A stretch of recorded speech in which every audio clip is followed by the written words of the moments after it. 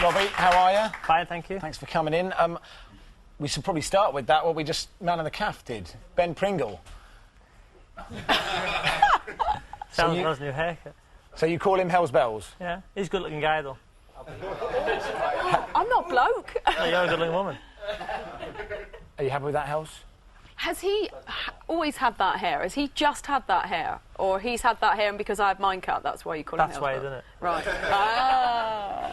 And you were in Spain this week. What were you doing in Spain? The season's 5 weeks old. Well, there's no game, obviously, this weekend, so the gaffer, took us to Benavís for 5 days as a bonding.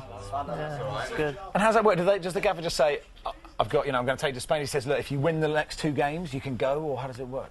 No, it was planned before the season, I think, so, it's a good time to go. The lads, a few new lads in our team, so it was a good experience. It wasn't just a holiday, though. You had a couple of games out there. Yeah, we played against a team, Atletico Marbella. It was 2-0. And we had a few Atletico tours, and we had a few hard training sessions, so it was good.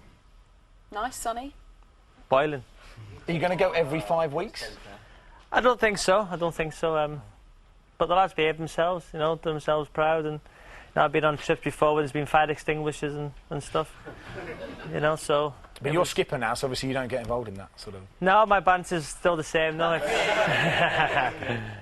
Now, you're skipper now, but when you last came on, you weren't even getting a game at Derby, were you? So, the manager's change has been good for you, really. Unbelievable. I was finished. Remember everybody saying my legs were gone, and I was finished. And then the new gaffer come in.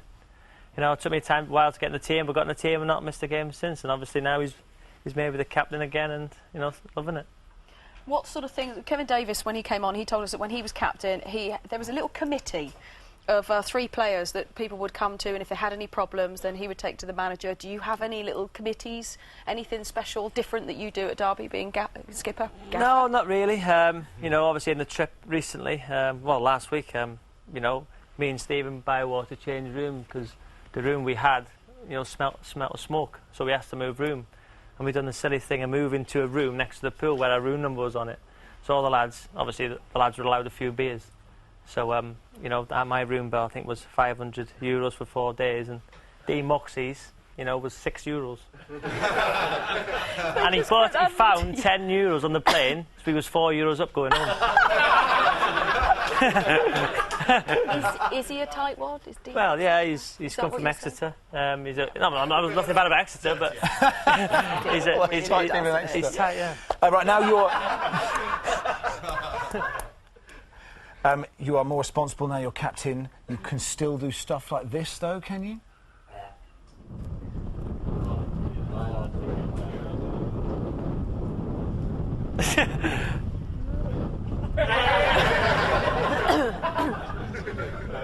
That was one of the young boys' car there. There's mine, the big Bentley. See, the other one's quite like my car, isn't it? That's not even my car. Brilliant. Right, you played Forest last week. They beat you 3-2. You must have played in a few local derbies of the clubs that you've been at. So how does this one compare? Yeah, it's up there with the best of them. Birmingham Villa was, a good one to play in, but this one was, especially after we beaten them twice last year. It's a great game for the fans. Does it add anything extra to it that is now you're playing for the Clough Cup as well? Well, obviously, the gaffer's father obviously was a great man, and it's a trophy. But before the game, you don't think about that at all, really. I think the Forest boys were too busy thinking what they do after the game if they won. Well, we thought that might come up. You've written about the incident with Nathan Tyson in your column this week. He celebrated. That's your column that you've got in the Mirror. He celebrated in front of your fans. Max just wants me to say the words, "Oh, it was youthful exuberance," but I don't. No, I didn't say it was. I was saying, was it just that? Can you forgive it for that? Experience. But the thing is, Robbie, this is coming from you. This is coming from the bloke who has spent his entire career winding up opposition fans and opponents on the pitch. Yeah. What right have you got to tell someone... Totally agree, yeah, but... No, it's getting referred back when we beat them last year, twice, by the way. That I got the Derby flag on the spur moment thing, somebody took the scarf out. So I celebrate in front of my fans. Not what's wrong with that.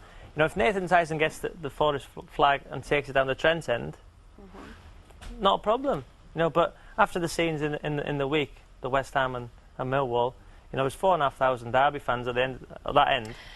So yeah, that's not right, Elsbeth. Well, I know, yes, I know what you mean, but also I think, well, those 4,500 Derby fans should say, OK, you were wrong, but that shouldn't mean that they've then got the right to spill onto the pitch. Yeah, but if he does it at his end of the ground, if I'd have got the Derby flag, run to the Trent end... They'd still be after you now. Run to the Trent end, yeah, you'd stood still there be like that, what would have happened?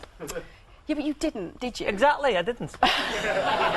You're the loser, son Elsbeth, you're the loser. Do you reckon you might have done that 10 years ago, you might have done that, do you reckon? No, I wouldn't have, because I know, listen, I know what's right and wrong. Robbie Savage knows what's right and wrong. Robbie Savage, everybody.